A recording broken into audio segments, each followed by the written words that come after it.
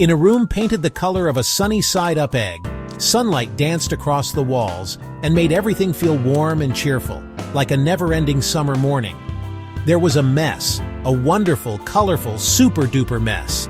It was the kind of mess that only the happiest, busiest kids could make, with every inch of the floor covered in the evidence of wild imagination. This was Lily and Tom's playroom, their magical kingdom where every day was an adventure and every toy had a story to tell. It wasn't just a little messy, it was spectacularly messy. So messy that you could barely see the carpet beneath the mountain of toys and treasures. Building blocks made bumpy mountains, crayons formed rivers that twisted and turned, and every step was a new discovery.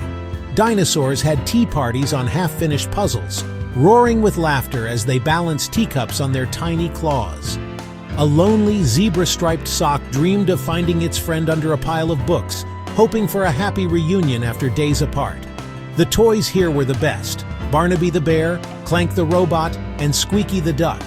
They were the heart and soul of every game, always ready for a new adventure. They loved being hugged and zoomed around, but lately playtime had become tricky.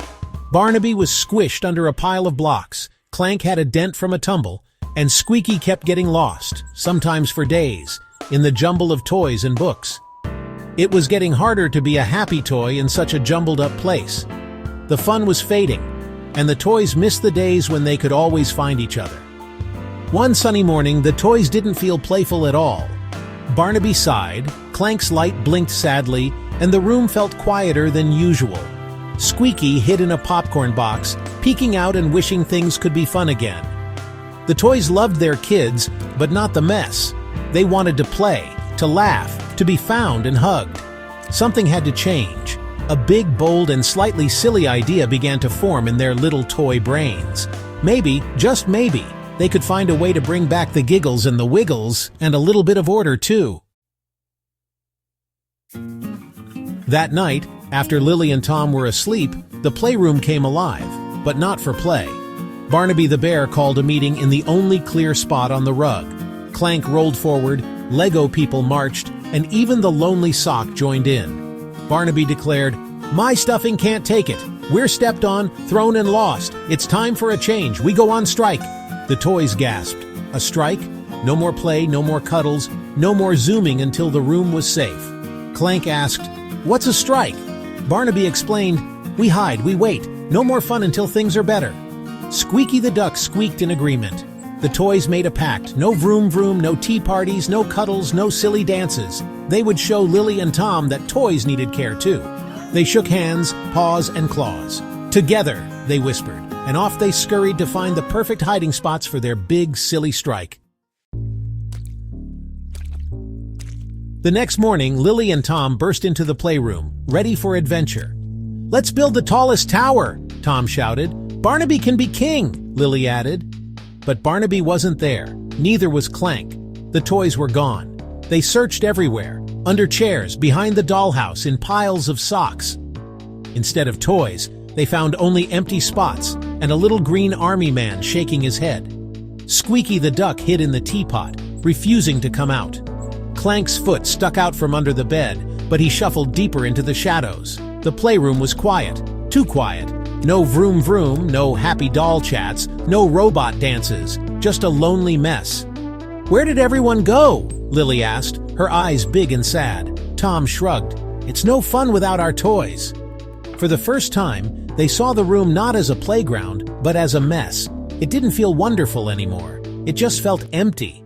Something had to change. Hiding was hard work, but the toys were determined, and a little bit silly. Each toy had their own special way of staying hidden, and they giggled quietly at their cleverness.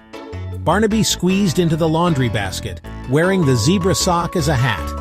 He tried not to sneeze as the tickly sock wiggled on his head, and he peeked out between the towels, feeling like a secret agent on a mission. Clank hid under the bed, teaching dust bunnies his robot dance and wearing a checker piece as a hat. He spun in slow circles, making the dust bunnies giggle and swirl around him like tiny dance partners.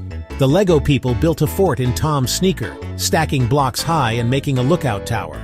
The dinosaurs hid in the fake plant, pretending to be jungle explorers, peeking out from behind the leaves and roaring softly to each other. The dolls lined up in the toy oven, pretending to be cookies. They whispered silly cookie names to each other and tried not to giggle too loudly, hoping no one would open the oven door. From their hiding spots, the toys watched Lily and Tom sigh and call their names. The children's voices echoed through the room, sounding a little sad and a little confused. Some younger toys wanted to run out for a hug, their little hearts thumping with longing.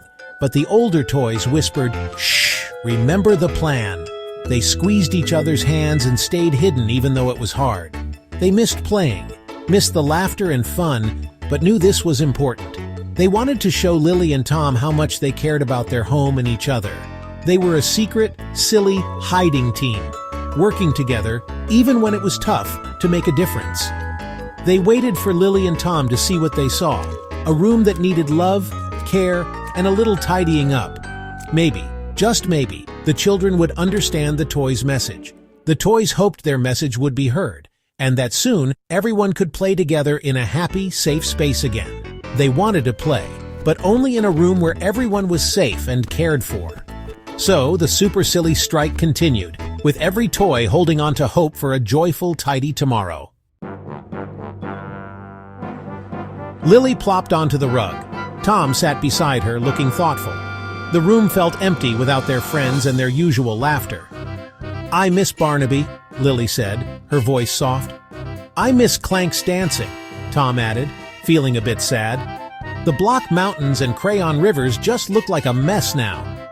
"Maybe they're hiding because the room is too messy," Lily guessed. Tom's eyes widened. "You think so?" They realized their toys weren't gone, they were hiding from the mess. "We have to get them back," Tom declared. "But how?" Lily wondered aloud. "We have to make the room nice again," Tom said. Teamwork was the answer. Cleaning up would be their mission, a quest to rescue their toys. "Let's make it a game," Lily grinned, eyes sparkling. "I bet I can put away the blocks faster than you can shelve the books," Tom challenged. The great tidy-up was about to begin, and they were ready. The game was on. The children looked at the playroom, ready for their biggest challenge yet, cleaning up every last toy. They grinned at each other, determined to work as a team and make tidying up just as fun as playtime. Tom scooped up blocks, pretending to be a giant crane. He made whirring sounds and lifted each block high before dropping it into the box, making the job feel like an exciting construction project. Lily stacked books by color, making a rainbow on the shelf. She carefully matched each book's cover, smiling as the colors lined up perfectly, turning the shelf into a beautiful display. The toys peeked from their hiding spots, amazed at the fun.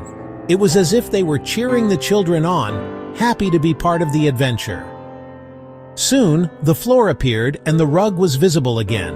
The bright colors of the rug seemed to shine even more now that the clutter was gone. Lily found missing puzzle pieces and put them back. She felt proud as the puzzle picture became whole again, piece by piece. Tom gathered crayons and even found the lonely sock, placing it by the laundry basket. He giggled, imagining the sock's adventures while it was lost. As they cleaned, they found their friends, dolls in the toy stove, Lego people in the sneaker. Every discovery was a little surprise, making tidying up feel like a treasure hunt. Lily hugged the dolls and set up a tea party. She poured pretend tea and invited the toys to join, making sure everyone had a seat. Tom made a parade for the Lego people back to their bin. He marched them in a line, humming a tune, and gave each one a special spot. Finally, Tom looked under the bed. "Clank, the floor is clean now," he called, hoping their robot friend would hear. Slowly, Clank shuffled out, no longer dusty.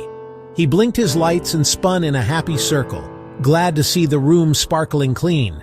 The blocks were in their box, books on the shelf, dolls having tea. Everything had its place, and the playroom looked wonderful. Clank's light blinked happily. The strike was over. The toys cheered, ready for new adventures. The toys were ready to play again. The children felt proud of their teamwork and couldn't wait for their next game. The room felt brand new, sparkling with possibilities, and ready for more fun than ever before. With a final whoosh, the room was sparkling clean. The sun shone in, and the toys were happy. Barnaby climbed out for a big hug. Clank stood tall. Squeaky was rescued from the teapot. Lily hugged Barnaby. "We'll take good care of you from now on." Tom picked up Clank. "Ready to dance, old friend?" Clank's light blinked green, and he did his silliest robot dance. Tom and Lily laughed and danced with him. Playtime was better than ever. Now they could always find their toys, and no one tripped or got lost. The toys felt loved and respected. Friends, not just things. From then on, Lily and Tom sang a tidy-up song at the end of every playtime. The toys even helped, and everyone learned, cleaning up is fun when you do it together. Playtime is always more fun when everyone is happy and safe. Hooray!